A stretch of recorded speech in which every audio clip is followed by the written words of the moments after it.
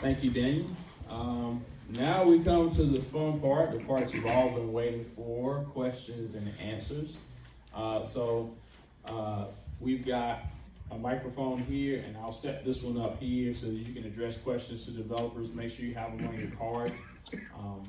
I'm sorry, there's a microphone over here to my left and to my right that you can ask questions to the developers or to us as an organization, and we'll try our best to answer them.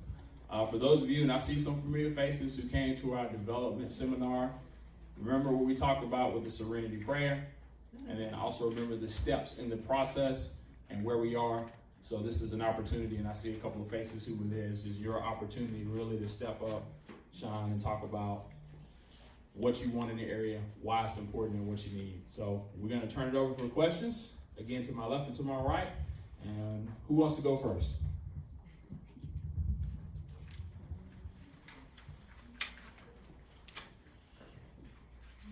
Hello.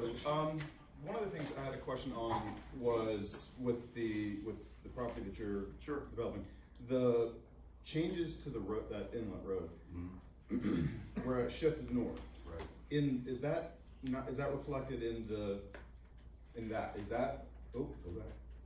I'm trying to find the road. Because in the layout, it still looked like it comes right up to that property line with Hayden Commons backyards.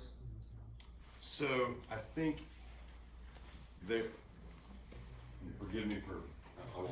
Yeah, so the green line is what is proposed now, right? Right, the green line right now is what the DOT has approved, and that's what's planned right now. So if you go back over to the drawing,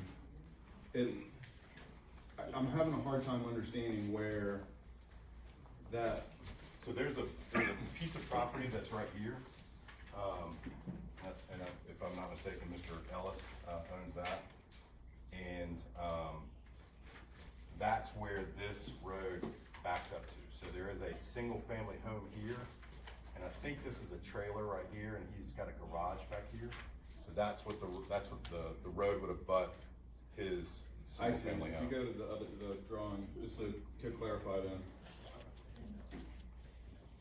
then the southern property line then is not adjacent to the neighborhood, but the single family. So these little dotted lines are property lines. Oh, And so this is single family here, and so they would back up to the park. And then this is Mr. Ellis's, I think about 4 acres of land. So his half, that house is about right here, and then that trailer is right here, and there's a garage back here. So that road would abut close to that trailer that he's got right here and to his house right here. And the zoning for that property is not up for change. That is still just a single. So we don't have that under contract. We're not, we had spoken to him many times about, we had it under contract at one point and spoken to him a couple times, but we don't control it right now, so Okay. we don't have any plans for it at the moment. Now, the section that is the park area that is adjacent to the Hayden Commons backyard, that back part of the neighborhood. Yep. What is the buffer plan for that, for those backyards that are basically a wooden fence? So the ones that back up to the park, Mm-hmm. that is the buffer, so you have a big 2.5 acre park in between the back of the Hayden Commons neighborhood and that road. And then the watershed area is actually is north of that, because that's where the Yes. power lines are? So, That's Hayden Commons starting. that's right. And that That's right. ends, Hayden Commons runs Yeah. how far? I can't see the dotted line. It goes basically all the way up the dotted line. Okay. So the backyards of those guys would be, the side of the park, Okay. if that makes sense. Right. Am I answering your question? right?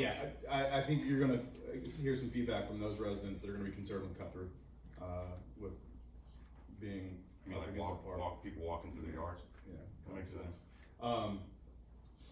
So as far as kind of the count, 3 different developments, the total count of apartments that are being considered brought into the area. Well, I started putting the tally together, but do you have a count? I don't. Everybody added up. I think one of you guys was talking about that there was already a conversation with transportation as far as the enhancements to circles. Yeah. What could you expand on that? Sure. You want to talk about the what we've agreed to? Oh, yes, So this is the yellow card, our site. We've already sat with DOT a couple of times and agreed to some roundabout improvements, as well as improvements in front of the site, of course, for turning and all, which you saw from the other sites. and that's, it's pedestrian improvements within the roundabout itself, of the right of way, and that would be for Prosperity Church in Benfield Road, as well as Johnson Naylor and Prosperity Church Road. And then our other transportation improvements that John had expressed was, the pedestrian connections, coming up from the other side from the schools itself. And those are written onto the plan, and those are what, again, well, you click on, there's a list of them, and they're part of what we'd agreed to in the zone. Yeah, if you go on the link, our first page actually shows the site plan that we presented, but in black and white format. But then the second sheet includes all the conditional notes, and that breaks down architectural commitments, transportation commitments, stormwater commitments, and there's a lot of text in there, and that all goes right in line with the rezoning itself. So that if that gets approved, that governs the site, and that's a good text narrative. Could you give us the link? I'm sorry. What is the link you were talking about? Oh, I think it's rezoning.org, and our particular one, if you're is that right, Colin? Yeah, the easiest way to do it is if you Google, just put in Google Charlotte rezoning and then the numbers for these petitions. That's the easiest. And we've also This one's provided 2019-78. We've also provided it twice on our PBA Facebook page, so it's out there. And yeah, you'll be able to click by year, so you hit 2019 and then just scroll all the way down. Our project would be 078. And So- the other two petition, though we talked about, have not been assigned numbers, but they will. And the city essentially maintains a web page for each of these petitions, so you can find all the information about them as they move through the process. So just to clarify, so the required enhancements of the roundabouts aren't vehicular traffic enhancements, they're pedestrian For pedestrian, that's correct. for people that are walking along 485? Okay, so there's no proposed enhancements of any of the roundabouts that are currently not able to handle the current density? Yes. Actually, there is one we may wanna talk about, which is the NCDOT one. Yes, Prosperity Church Roundabout is the additional lanes. Why don't you go ahead and mention that, because that's not part of our zoning, but something you may wanna know about. if you don't. Right, yeah, added, Yeah. that's all part of Hey, this. Will, could you bring up our aerial? Yes, absolutely.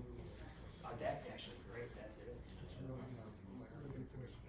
In going through our process, we heard in one of the early meetings about difficulty from getting off the freeway in the first roundabout there. So these guys did some research with NCDOT and found something that's going on there that they brought back, and so you'd like to hear this.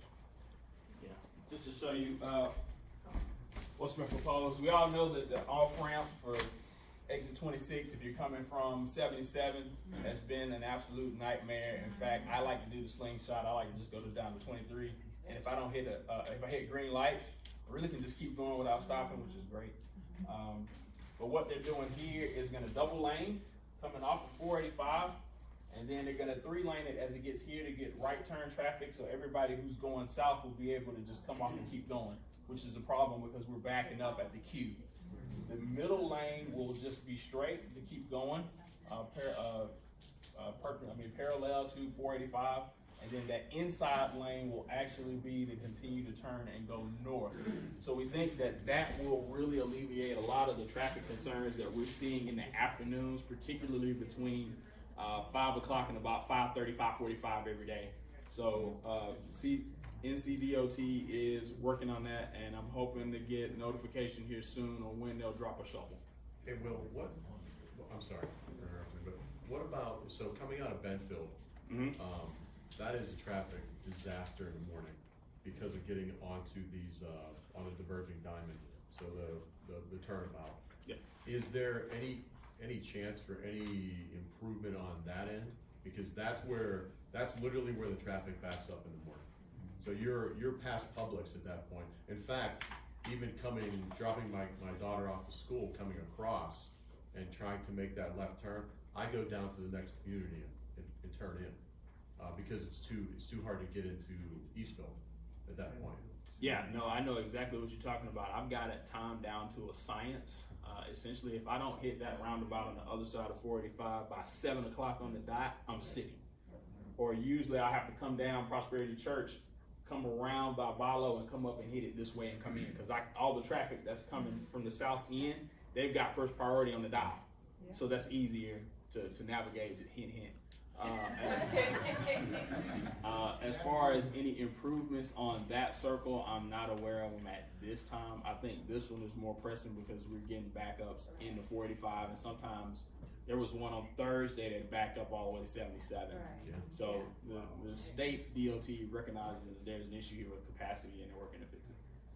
And what they've said to us there is that will be open by year end. So, now, I mean, as a developer, I tend to add percentages to people telling me things like that. But that's what they said, so that'd be awesome. All right. I just wanted a clarification on the last one about Prosperity Ridge. You've got this park Yes, sir. across the street, but I don't see any parking for any people that are gonna be using that park. Yep. Now, however, though, I see that the fitness place has a zillion parking spots. So, They do. so is the idea to have some of that parking at the fitness place, for people that are going across the street to the park? So, yes, sir. In retail complexes like this, what would happen is all of the parking is open for all of the users. Got you. What Yeah. we're really thinking more intensely for the park would be the on-site or on-street parking.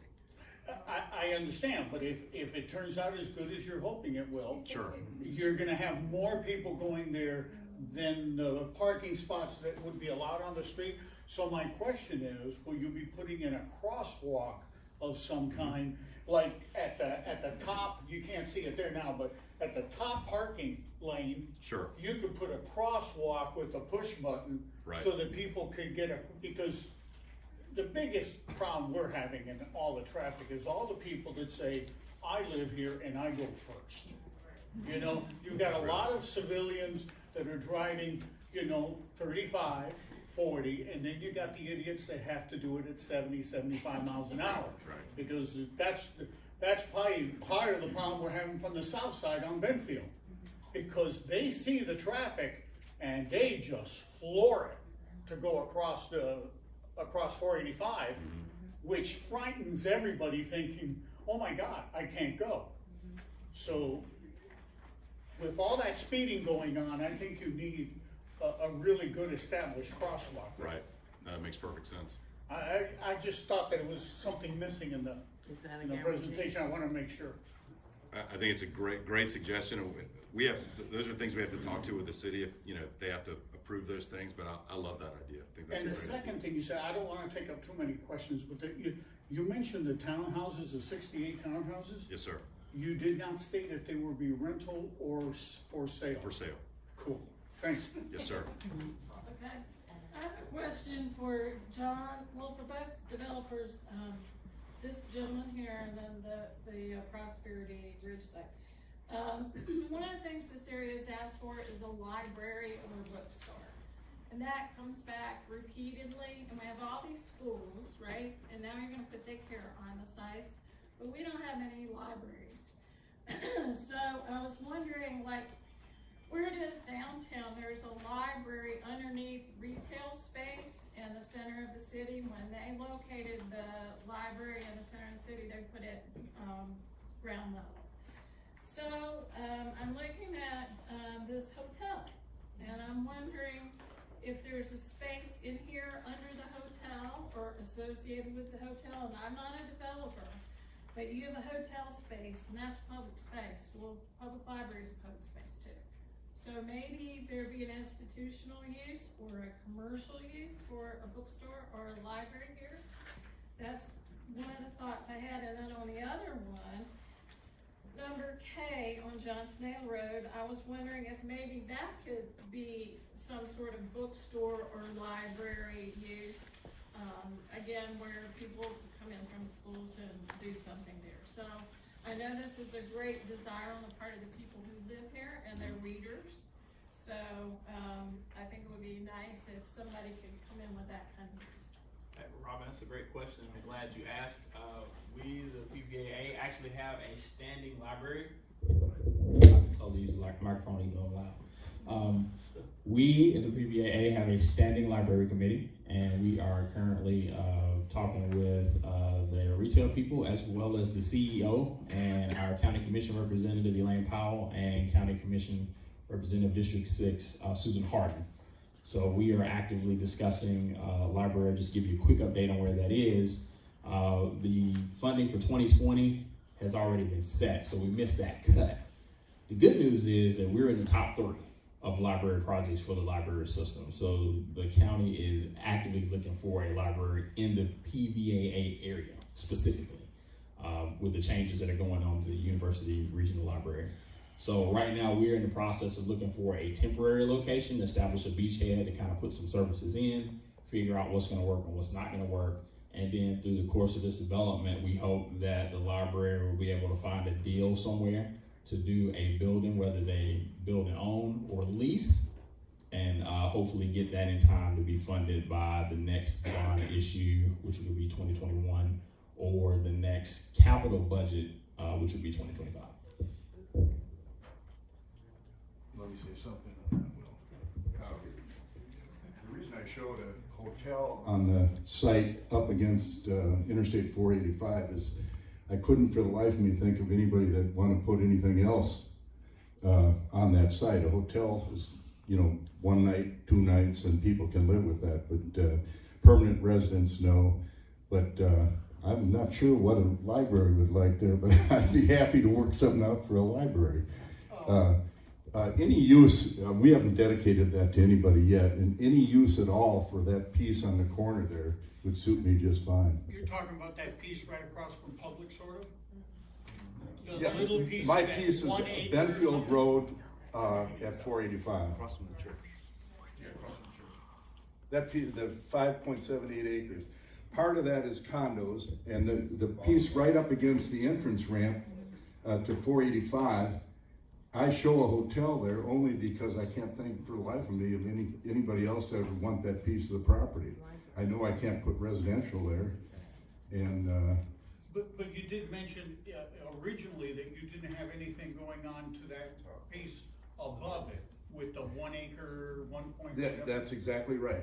Yeah, that So actually, there might be 2 places for a library. possible, yes. But the top is probably too small. It's 1.78 acres. There's a library in Matthews that is fantastic and it doesn't take up that much room because it's a 2-story, it's got the library on the bottom floor, and then on the top floor, it's got all the different rooms for council members to meet, the city hall. There's all sorts of rooms out there, you Yeah, can that's exercise. a and go. possibility.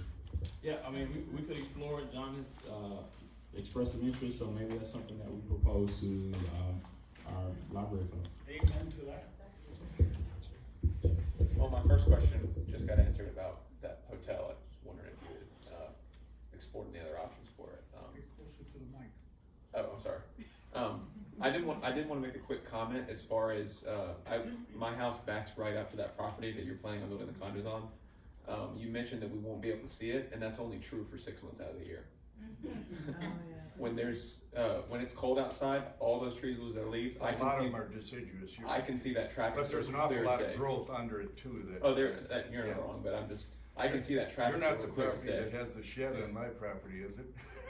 Probably, honestly. There's 4. I didn't put it there. There are 4 sheds on my property, and I'm not sure if you're one of them or not. Probably, but that's another conversation. It was there when I bought the house. I didn't put it there. Don't worry, you can keep it there. But my main question was, is that entrance to the property with the entrance on what's the road? Summer Creek. Summer Creek. Is that the only entrance? No, there'd be right and right out off of Benefield. Okay. Off of Benfield, and then an entrance off of Summer Creek that would be for whatever we develop there, the condos as well as the hotel or whatever. Okay, I just have concerns about a lot of people coming down that road specifically and like missing the turning coming down. Because there's those 2 stop signs there, right where it hits Shining Oak. a lot of people run that stop sign. I've almost gotten hit a few times in the mornings and in the afternoon. So I just have concerns about that, maybe reconfiguring that the stop signs are doing something there. But that's not really your purview, but. Surprisingly, we did a complete traffic study on the site, and the amount of increased traffic due to the condos and if it's a hotel is minimal during traffic time. It really isn't gonna add much, it's insignificant, even projecting out in the future. Okay. That answers all my questions, but I did want to comment about the traffic circle issue. Yes. How they're planning on building the extra lanes coming in. I want to know if they had actually studied whether or not that would affect it, because it seems like most of the reason traffic gets backed up is because people coming from the north have priority. I mean, adding those 3 lanes coming off the interstate won't really change anything if people coming from the north still have priority. Well, the issue is for the exit ramp. So what happens is the exit ramp is fairly, I'm sorry. The exit ramp just has that one lane. Yes. Of traffic. And what happens is if you want to turn right, you're sitting. You can't jump off and let traffic keep moving. So what happens is that we get way more demand and between 5 and 5:45 than that one lane can handle. And like you said, the people coming north are getting priority. What'll happen is if you add that extra lane for right turn, you're pulling all the right turn people out. Yeah. So that moves your queue up. That also allows when people are making that right turn, you're also going to slow traffic coming from the north and the south, and then the people that are going straight will also keep going. So you'll add more capacity, you'll double the capacity, and you'll improve the flow. So you'll still have backups, but not near what we've got now. Okay. So the people that would be turning right would have their own lane to turn right into, and then it would merge into one lane? Correct. Okay. That makes sense. Thank you. Add another lane as well? You would not. Well, if you're taking a right, then you're still gonna have to yield to any of that northbound traffic in order to merge into that single line. Yeah, but at 5:30, you're not getting a lot of southbound traffic coming that way, headed south. You're getting a lot of traffic coming north, and you're getting a lot of traffic going, a lot of traffic that's headed south or going straight across. You're not really getting people coming from Publix. Some people did like you, they got smart about the time. Yeah, I have another question then about the traffic. Yes. And this has always been my concern with, because I'm not formally from Charlotte, but you're a city, and you made 485 right now is a major freeway, and you made traffic circles. That's not feasible at all if you're talking about adding all this extra development. That doesn't work. Now, if it's Greensboro, maybe it works in the amount of traffic, but why don't we have actual stoplights and actual multiple exits coming off of 485? It may have been feasible when 2 years ago or 3 years ago, however, when it opened, but all this development is not gonna work with traffic circles. And then with the development, you guys make all this development, but you don't fix the roads first. So then the people who live here, and thank God I work from home permanently, but if I had to be out here on these roads, these small roads, every day and seeing all this traffic, it makes no sense. And then why would I go out here to restaurants if I have to sit? Like today, just to get Starbucks, you make these developments, you can't get in and out in a proper manner. Again, this is a major city. Atlanta, if I go to Atlanta, some of these spots that I go off the freeway, I'm not dealing with circles, and I'm dealing with large areas where I can come in and out. That's the only problem I have with that. And secondly, I live in Hayden Commons, and if you develop something around that, are you also, once you start digging up all this land, we're gonna have to deal with rodents and different species. Are you also looking at that? Because I don't wanna deal with, next thing I know, I'm seeing 3 different rats coming through my home. So those are concerns too that I have. And police, we don't see any police coming through here. Those are my concerns for all these new places. So traffic, these animals, police, because we're worried about what, we want these things, but I also don't want to come by here 2 years later and everything is no one's coming here, no one wants to get here, because I don't like dealing with a lot of traffic. And if I have to sit 10 minutes, 20, 30 minutes in a line just to get coffee, because everything is backed up. But no, those traffic circles are horrible. It makes no sense for a city this size and then this area this size. Just come up with some lights, and I mean, is it possible to do that? So I'll be happy to address that. So, contrary to popular belief, traffic circles are more efficient, and they conduct traffic flow better. So for example, if you go to Ray Road or Johnson Road or anywhere south, those are standard on-off interstates with traffic lights. They back up all day. You can go at lunch, you can go in the morning, you can go 9:15, you can go at 8:30 at night. Those places are a disaster. Even the university area, you still get some traffic, off-hour peak traffic. We don't have that. For 23 hours and about 30 minutes of the day, we really don't have any traffic. But for that 30 minutes in the morning, that 15 minutes in the morning, that 15 minutes to 30 minutes in the evening, we have a crush of traffic. Reason why? We're a commuter area. A lot of us live here in Highland Creek, or you live in Eastfield, or you live in Hayden Commons, and in the morning we all rush out and go to Uptown or Valentine or Salisbury, and then at 5 o'clock we all come back. So you're talking about moving 30,000 people in about 30 minutes. You're always gonna have issues with doing that. Those traffic circles are facilitating that traffic a lot better than a light would. A light is gonna stop 3 ways of traffic and allow one to go. A traffic circle allows continuous traffic movement. It doesn't require any maintenance. A light would. Your power goes out, what do? Well, You're what stuck. if you have multiple roads though? Well, you can't that's have why we one have- road and then, Understood. a traffic circle works. but- Okay, no, the traffic circles work. We have 3 roads. Our intersection at exit No, I'm saying 26 has multiple 3. roads coming off of, because We- once you start, we when you start have having multiple these roads. different developments, not to cut you off, I'm saying, once you start having these different developments, you don't believe that there will be more traffic, because you're asking more people to live here. And so I'm saying, right now, what is that? Prosperity is what, 2 roads or 1 road? Wouldn't we start adding like more, like extra lanes is what I'm saying, I guess is what I'm saying. Shouldn't we start looking at extra lanes? The answer to that is no. No? We don't need extra lanes, because what happens anytime you add a lane of road, you end up with what they call induced demand. So anytime you add a new lane of road or new lane of traffic, you get more people who drive on it, because they're like, oh, it's an extra lane, it's gonna move faster. So I'm going this way. So a road that may have had 1,000 people on it a day, you add a lane, you've got 2,000 or 3,000 people a day, because they see an extra lane. So what we're doing is being strategic and being thoughtful about the infrastructure. So we want to push people to walk. We want to have scooters. We want to have protected bike lanes. We want to have more sidewalks. We want to make it pedestrian friendly. We're trying to reduce the amount of parking so that you have a more pleasant experience instead of hopping in your car and going across the street. Oh, I'm at Harris Teeter. I want to go to Starbucks, and I got to hop in my car, drive over there, park, get what I need, drive back out. You know, why can't we have a place where I can, hey, if I live in Hayden Commons, I literally can walk through the park, I'm right there at Starbucks, get what I need in the morning, and walk back across the street. Saves you traffic, and you don't need to spend that money for infrastructure. You said scooter. Nobody wants those stupid rental scooters in our neighborhood. Thank you. Next question.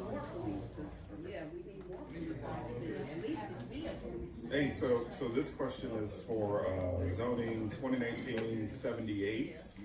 John, how you doing? Good. So what's going on with the traffic that backs up onto Johnson Orland Road for Corbian? Good question. John. So after the last meeting we had, I went and spent some time with the Corbian folks, and then also spent some time with the police department. In fact, I want to get my notes. So I say Hey, John. things right. I heard one of the things talking about more policemen. Corbian's problem, Corbian is aware they have a problem, the leadership's aware they have a problem, and their problem relates to people coming primarily and picking up their kids. Their pickups are at 3 o'clock and 3:15, and when we sat with CDOT, to look at Corvian's plan. Corvian's got lots of asphalt, and they have enough asphalt to execute what's called the marshalling plan they agreed to in building the building. So marshalling just means as the cars sort of go around. The difficulty, the problem they have is they have parents and grandparents coming to pick up their kids at 3 o'clock and beginning to queue up at 2 o'clock in the afternoon. Beginning to queue up at 2 o'clock in the afternoon. I know it sounds funny when I say it, but I keep saying it, that's what she told me. And so they start coming out into the street and they keep going a long way, as you know.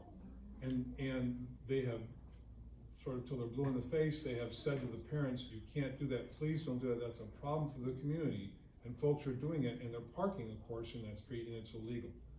They would like the police to begin ticketing. I talked to the police about a number of different things, and what basically came out of that is it's a relatively low priority for them. They are short of officers. In fact, one of the comments that was, your police department here, your division here has the money, and they are below allocation on police officers. They need to hire police, they would love to hire police officers. They don't have enough, and they have the money to do it.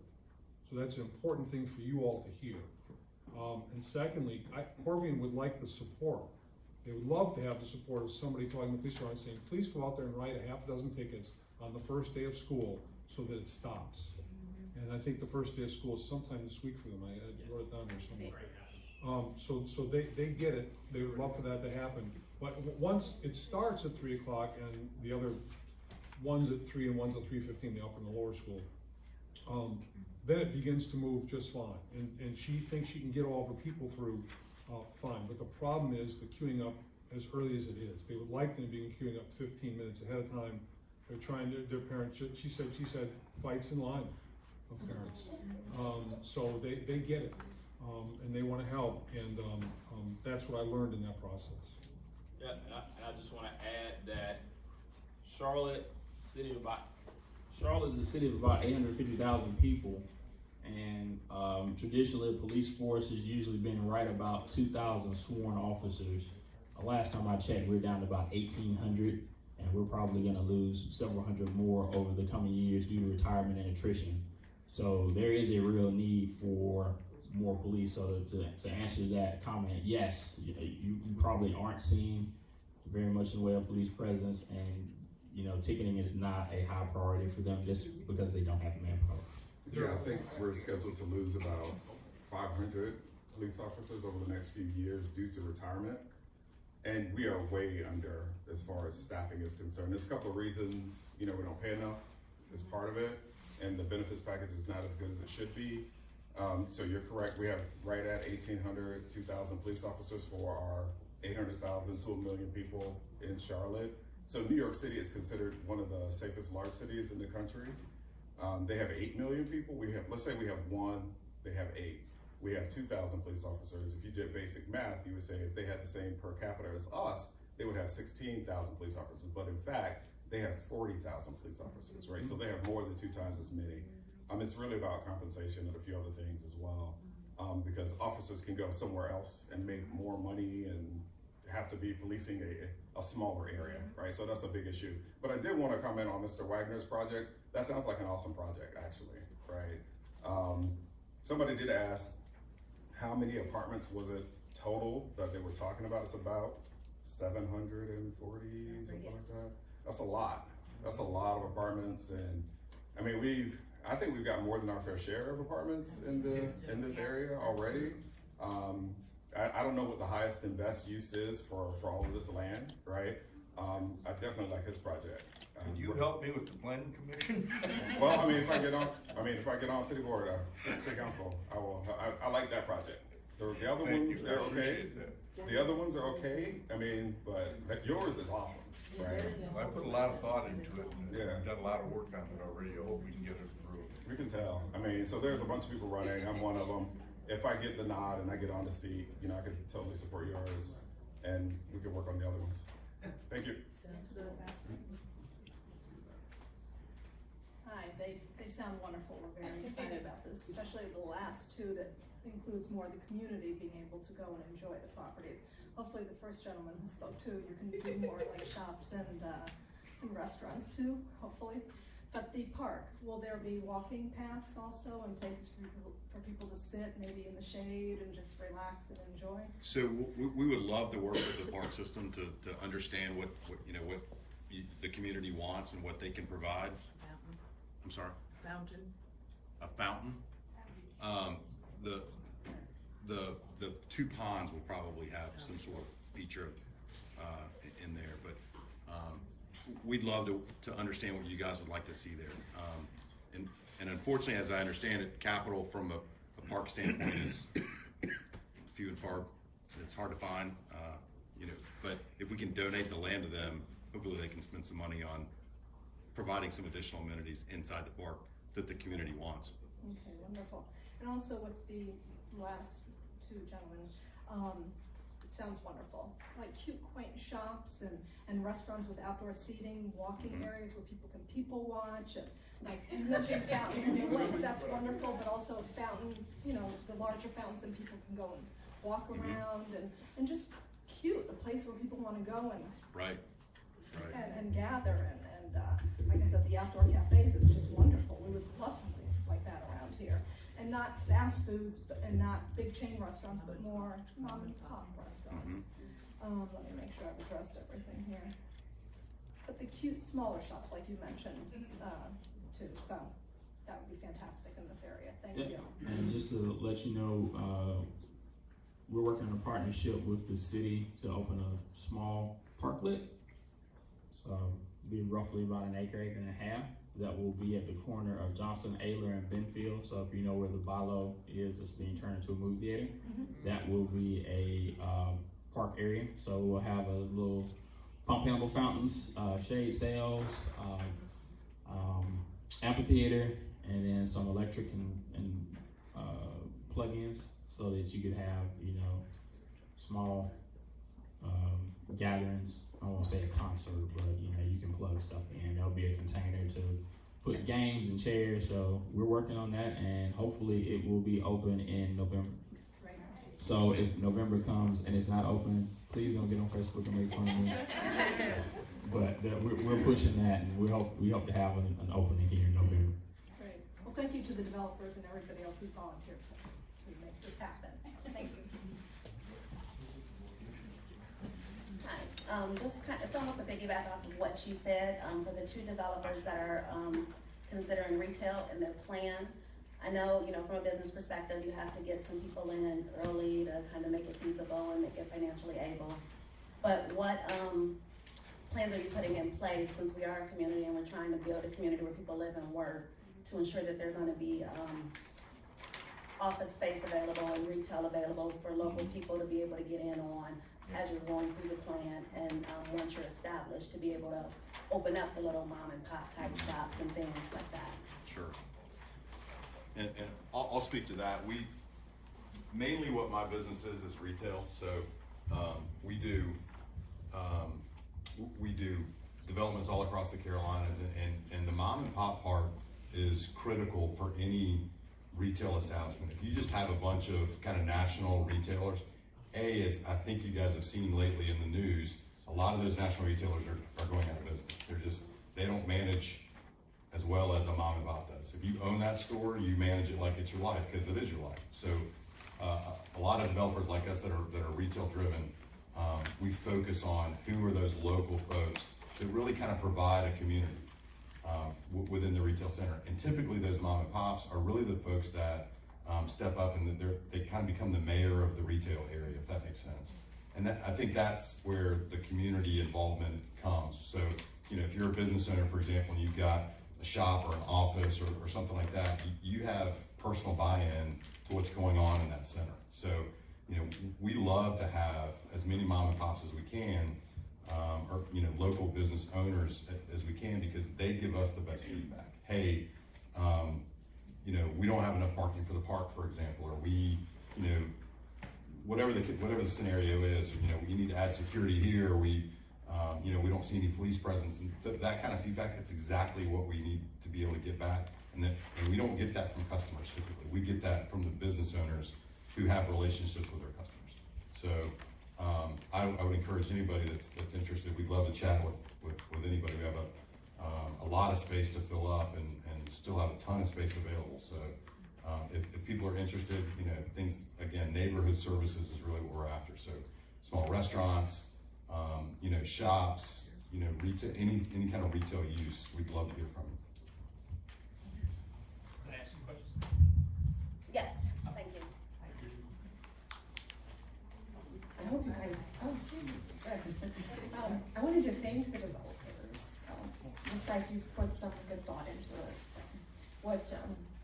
The things that you presented to us. I wanted to ask, there are some condos for sale, townhouses. I wanted to know from all of you, what kind of a price range are those? And also whether, from the first presentation, if senior housing is rental property or sale property? So, I'll take it sort of backwards, and then for me, the senior housing would be, most likely rental housing. And the rents for, the multifamily would be probably $995, $1,000 up to about $1,800. The townhouses get kind of expensive, so $1,850, somewhere in that range. Now, we wouldn't be building those for 18 to 24 months and maybe not even occupying them for 2.5 years. So rents could be a little bit more than that at that time, but somewhere in that range is what it would be. For my project, I performed the project with a little over 300 for the 2-bedroom, for sale only, and under 300 for the single-bedroom units. Okay. Were the townhomes for sale? Yes, ma'am. Also? That's What correct. kind of So between 250,000 and 300,000. It's kind of hard to do anything for less than 250, I guess. Absolutely. It's true. On your property. Yes, ma'am. I think your name's Daniel. It is. So all of the retail is along Prosperity Church. Mhm. Did you consider flipping it maybe, because all of Prosperity along there is single family? Mhm. Did you consider putting it in a different, kind of laying it out differently? Sure. So we spent a lot of time talking, with the city and trying to understand what the right layouts would be. For a retail establishment, vehicle counts are very important. So if you own a small business, you really want to have your business out in front of the community as much as you can. So in terms of being able to attract the right restaurants and the right shop owners, you really need to put that retail where you see the most vehicle traffic, and that is Prosperity Church Road. Understanding that would affect the folks that are across the street, that are, there's some single family right directly across the street. So what we've done is try to figure out how to buffer that with, the not only the sidewalks, but, tree planting and things like that. There's also specifically in Charlotte and some of the other larger cities, there's a trend on putting buildings directly on the road, which there's a lot of opinions either one way or the other. In Charlotte, it seems like they want buildings on the road. So, I think if the community doesn't really like that, or they do like that, or they don't like that, I think that's good feedback to give to the city and your representatives, so that they can direct us as developers on what your preference is. So to understand that, as an example of on the road, is that like where IHOP is? That's exactly right. Okay. Yeah, 'Cause I that's think, exactly right. yeah, I understand that there's good access for the people that go there to actually get in, but I would like to see more of a streetscape. Right. In that particular area, because there's so much residential around there. Yep. Are you still actively pursuing the other 4 acres or whatever it was that? We love it. We're chatting with them. We'd love to be able to include that as a part of the Would it be the same type of? So we've done what the city's asked us to do, and I think really through more of the Prosperity Hucks plan, is if you think about Prosperity Church and Prosperity Ridge as kind of being a ring road around the core community inside there. They've asked us to keep all of the retail uses and all of the more dense use, like multifamily, inside Prosperity Ridge and Prosperity Church Road. So they don't, what they've asked us, and we've confirmed kind of through Will and PBAA, is anything outside of that would need to be either single family or more of an institutional use. So things like libraries or you know, churches or schools, daycares, things like that. So if in fact we are able to move forward with that 4 acres on the corner, it would be more of that use. It would not be retail. Excuse me, my name is Ed Gullidge. I represent the Ellises that own that piece of property. And glad to hear about people wanting that library, and I talked to Mr. Main, and Institutional would work good for that property. And the property is for sale, and we'd like to sit down and work something out so you guys could buy it and put a library or donate it to whatever you want to. But Donate a lot, maybe, I don't know. 4 acres. Make a good institution, make a good place for a library. Probably it'd be enough for them to have meeting rooms and things like that, more than a public library. So the Ellises would be glad to appreciate that. Move that direction. I'm sorry, you're talking about the property in between your project and Hayden Commons? That's where the Ellises live. The brick house, single family. Make a good place for a public library. Yeah, the place that you asked about. Yeah, that'd be fantastic. And just so you guys know, I would love to see that use. I think that's a fantastic use. Typically, as a developer, we would not get involved with that. What would happen would be the county would buy that property directly from them, and they would develop that. You know, all cards on the table. If I bought it and turned it into a library, I'd make some money on it somehow. And there's not a whole lot of money to be made in donating land to the county. So it's not just used in negotiating.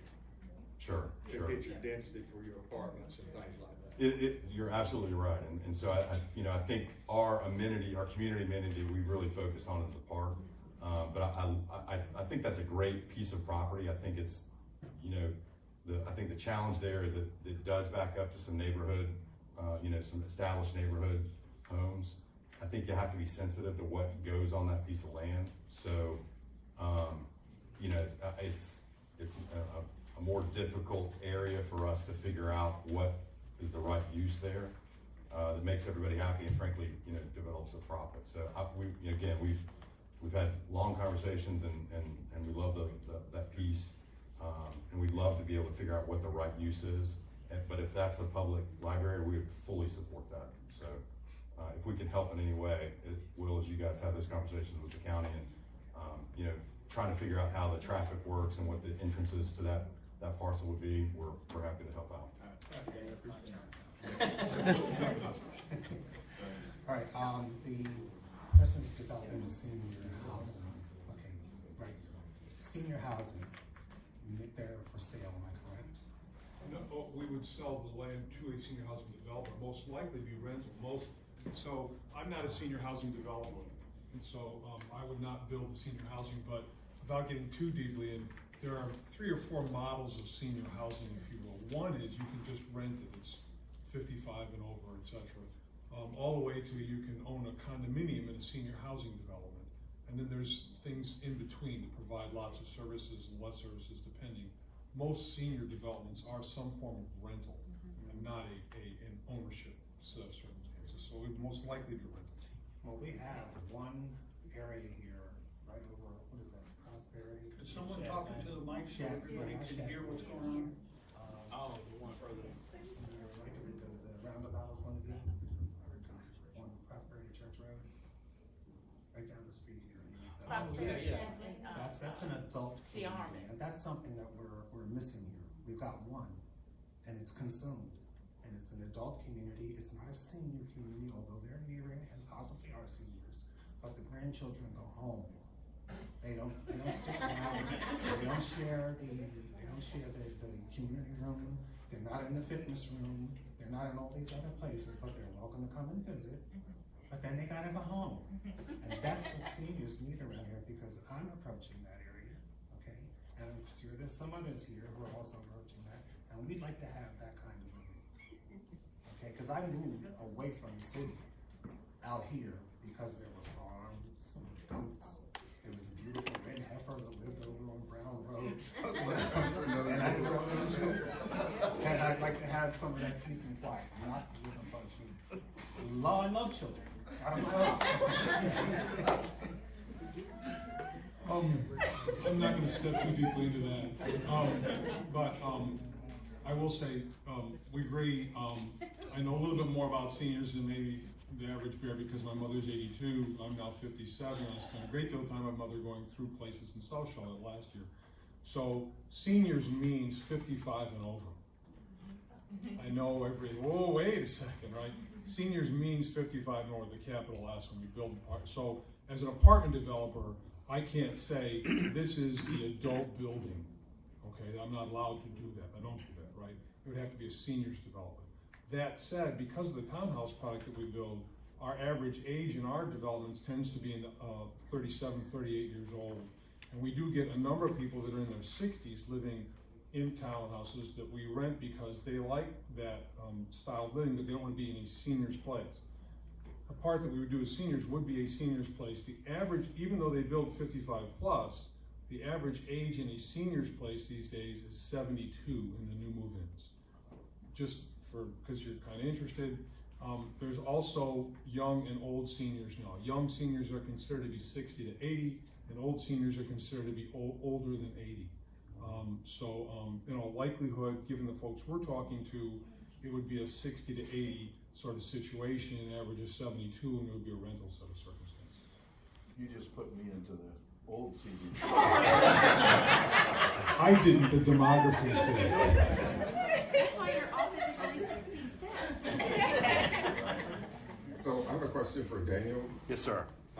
So these parcels A through L, are they gonna be a part of the whole package? Will you guys end up selling them off individually down the road, or what? What do you know? So, great question, and the reason I ask that question is because right now, all over Charlotte, we're dealing with situations where development comes in as one fell swoop, one package, but then they get parted out over the years, and they become unruly, and it's hard to kind of have a cohesive vision down the road for these types of establishments. Gotcha. So,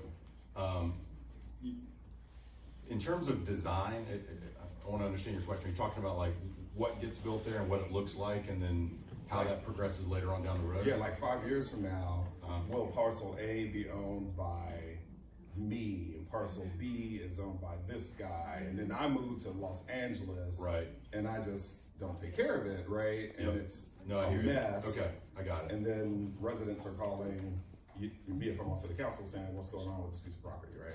So the ownership will definitely change hands over time. That's just kind of how things work on the commercial side. The property itself will be managed by a property owners association. So no matter who owns it, they will be beholden to the covenants and restrictions. Very much, if you live in a neighborhood with HOA, right, you can't let your grass grow up, and you can't let your building get dilapidated. It's the same thing with what's called a property owners association on the retail side. So many times a user, let's say you're a bank and you want to come in, you only want to buy your property. Right. You won't build something on it unless you own it. And so in that sense, we would sell that piece of property to that bank. That bank would be beholden to the POA to adhere to the standards that are written for that entire establishment. So that's how you kind of control to make sure exactly what you're talking about. Hey, I own, I'm a small business guy, I own 5,000 square feet of space, and I've rented it to 3 tenants, and then I moved to Los Angeles and I stopped taking care of it. The property owners association can come back and say, fix your property, or we will, and we'll bill you, and if you don't pay the bill, we'll put a lien on your property. Okay, cool. Yeah. Thank you very much. Yes, sir. I appreciate the developers coming out and asking the community about, what we're looking for to enhance our community. I would say I understand the appeal from a developer standpoint to build apartments and ask for rezoning there, especially now in the climate where the city council doesn't seem to know how to say no to apartments. So I understand that, but that aside, when it comes to the 2 hotels that are being proposed here, what type of franchises are you guys targeting or looking for? What kind of hotels can we expect if that goes through? Well, in my case, I've done very little on this. I haven't had any interest from any hotels. I've written some letters, but I haven't really delved into that deeply. And like I said earlier, it seems like that's the only good use for the property hanging over the freeway. It has great exposure for the sign for the hotel and so forth. If it were a hotel, and that's still an if, it'd be a lifestyle hotel, which is breakfast, not a restaurant, not meeting rooms, but it'd be 4 stories of lifestyle hotel product. So like It wouldn't be, anything I build there in the way of hotel would have to enhance my property, not hurt it. I wouldn't want a red roof inn, for instance, sitting on that corner. That wouldn't do anything for selling those condos. Explain. I'm cognizant of that, so. Explain what a lifestyle hotel is. Pardon? Lifestyle hotel, just explain what that is. You're talking to a guy that's not an expert in hotels, I mean, but it's a hotel that doesn't have, Yeah. it's not meeting rooms, it's not a convention center, it's more people that want to stay in the area for a night or two, to visit somebody or to go somewhere, to go to a meeting or whatever, and then there'd be a breakfast area downstairs. I can't, all the majors, Marriott and Hilton, all of them have a lifestyle product. But you're talking to the wrong guy when you want to ask what they're about, because I'm not really versed in that. I would say that if you were considering more of a business class hotel, maybe that might work with the area of trying to get it for retail or office space, because if you have an office and you want to host a meeting for other people that maybe your office space is not big enough, having that resource there would be helpful. So that would be, if we are getting a hotel, probably I'd say a little more preferred. Thank you. Does the other developer have, do you guys have? We're not. He didn't propose it. Yeah, we're not, at this point, we have no interest from any other. This is mainly for Daniel on Prosperity Ridge. The price point on your apartments. Yes, sir. You said multi-use family, you didn't expand on bedroom units and then price points. Sure, so it's kind of a similar thing. I'm more of a retail developer, I'm not an apartment developer. The apartment partner that we use is in the same exact price range that the other guys I talked to, so it's, from $995 to $1,500, a month. We're talking about a mix of 1, 2, and probably a few very small amount of 3 bedrooms, apartments, so,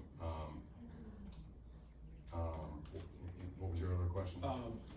And then my next question would be, I'm a Hayden Trace resident, Sure. so I'm selfish here. I was impressed with John and met with the adjoining property Yep. owners. Have you met with the property owners in Hayden's? So haven't met with anybody yet, and I think we really need to kind of establish what our uses are first. And I think what's important for us would be to say, the first thing that I think your question would be to us is, what are you putting there? And we need to make sure that, what I tell you we're putting there actually happens. So because we don't have, I'd venture to say, because we don't have a quorum of users yet that I can explain to you what those are, we're just not ready for that step yet. So you guys still need to go through the rezoning? That's correct, yeah, that's correct.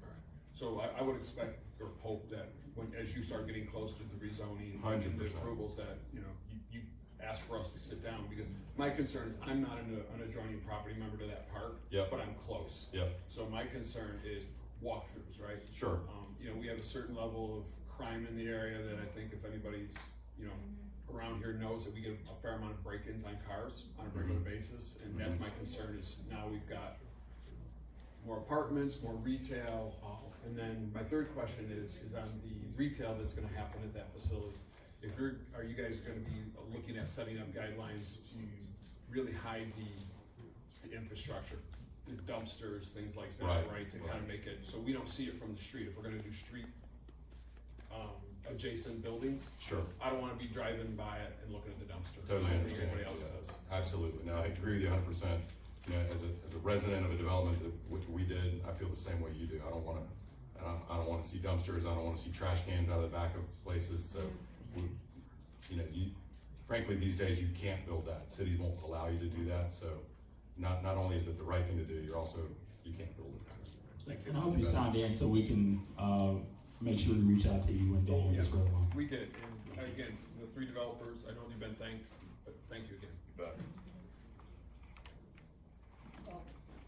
That gentleman made me think of another thing. When you mentioned the crime, crime here has exploded. And he's right on cue about that area. And what I'm concerned is that park gonna have lit areas? Because drug deals go on parks all over this nation.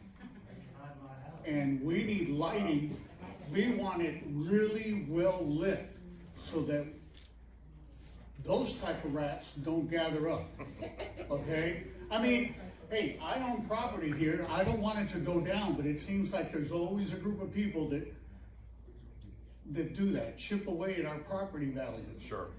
And actually, the police department is what we really gotta hit, so they can hire more people.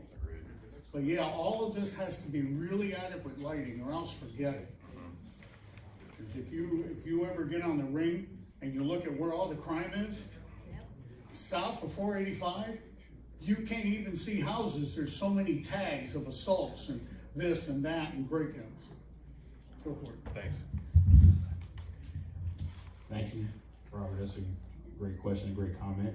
All right, guys, so we've hit our limit. It is 12 o'clock here. Thank you so much for coming. There's so many other things you could have been doing today, but you spent some of your morning and early afternoon with us, and we appreciate it. As always, you got one more question? Just a real quick question, as far as any further questions, is there a way to, I mean, I've got a small question as far as Prosperity Place. Is that gonna be somebody? I'm happy to stick around for a few minutes for you guys. Yeah, Yeah. absolutely. So as long as our developers are here, or I or one of my board members are here, please feel free. If y'all on the Prosperity Village shirt, please feel free to ask us any questions and reach out to us. You know how to find us. Thank you guys so much.